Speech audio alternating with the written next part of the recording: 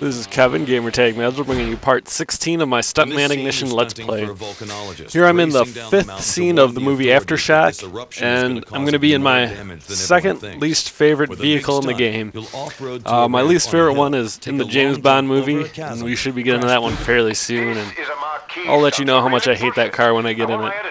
But right now I'm in this truck, and really what bothers me about it is it's probably not any worse than like the semi or the fire truck or the armored car, but I expect those to be bad because of the kind of cars they are. I mean, you can't expect a semi or a fire truck to handle really well, but just this, it might not even be the truck's fault, it might just be my expectations of the truck or how I want to drive it. I just can't do it and it drives me nuts.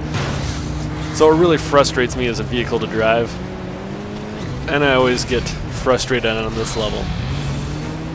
But I do manage to beat it fairly quickly. There's only like 2 failed attempts before I beat it. And it's a fairly short one, which is kind of what I like about the Aftershock missions, that they don't take a long time. And they're just kind of teaching you how to play the game, as opposed to like once you get to the higher level ones, especially like the James Bond one and then the Batman one, those scenes are elaborate and intense and they can take a while. So you can really, when you mess up, you really mess up a lot of work. And it's kind of frustrating, but here it's not as bad. You're just messing up a quick little run. You still don't really worry about it too badly, and you can learn a lot easier what you're doing. And even with a couple of mess ups, you can still make it to like the end of the level to see what you need to do right the next time and how to fix a lot of the mistakes you got. So in this one I have a hard time keeping the streak going because there's not a lot of stuff like in the middle of that forest to get closes with, or just to keep the streak going. I think you've got to focus more on like drifting a lot, which I'm not great at in some of these cars, and it can kind of hurt you keeping up the speed, so I have trouble with that one. So I think I could probably figure out maybe figure out how to 5-star this one, although I think I'm going to end up getting 3 stars, and that's probably as good as I've ever done on this level, because it's always giving me trouble as opposed to like a lot of the other ones. But I've been playing a lot of the Stuntman again, you know, even beyond recording this. I was disappointed when I gave my brother my other hard drive, which had my other save, so I can't really just play any level I want. Or I could, but then it wouldn't be as interesting for you guys to see me playing through these ones again for the first time.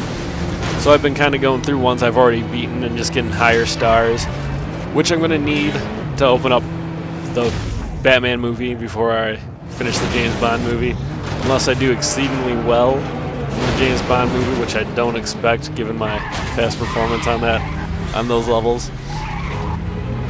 My problem with those ones is they require a lot of precision driving, which I'm not awful at, but really what I'm good at is, or they require like the special stuff like going up on 2 wheels and crazy stuff like that, whereas I prefer like Batman's kind of like the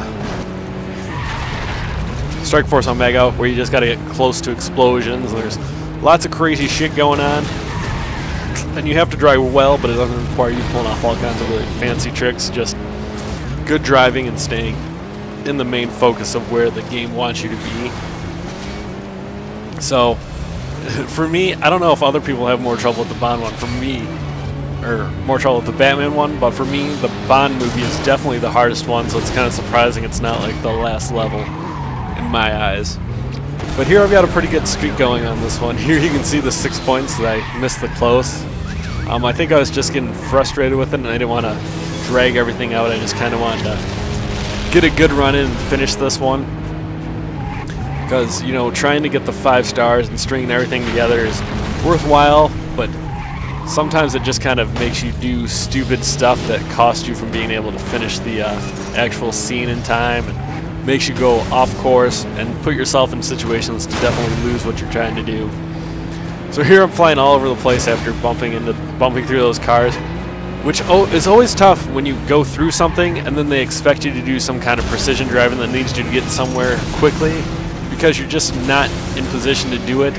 And when you're going through those cars, you're never exactly sure how you're going to bounce off of them. I mean, because you have to hit exactly, especially when you're hitting 2 cars, because how much of your car's in one and then the other affects how you take the bump off of it. And you know, you never know if you're going to push that car in front of you and really get yourself in trouble. But here's the final jump into the landing zone. Sometimes, you know, those look easy because it's just right off the jump, but if you don't have the speed right, you just miss the landing zone, and it's really disappointing. Like, it doesn't really hurt your score that bad, but you're just like, man, I was so close to doing it right.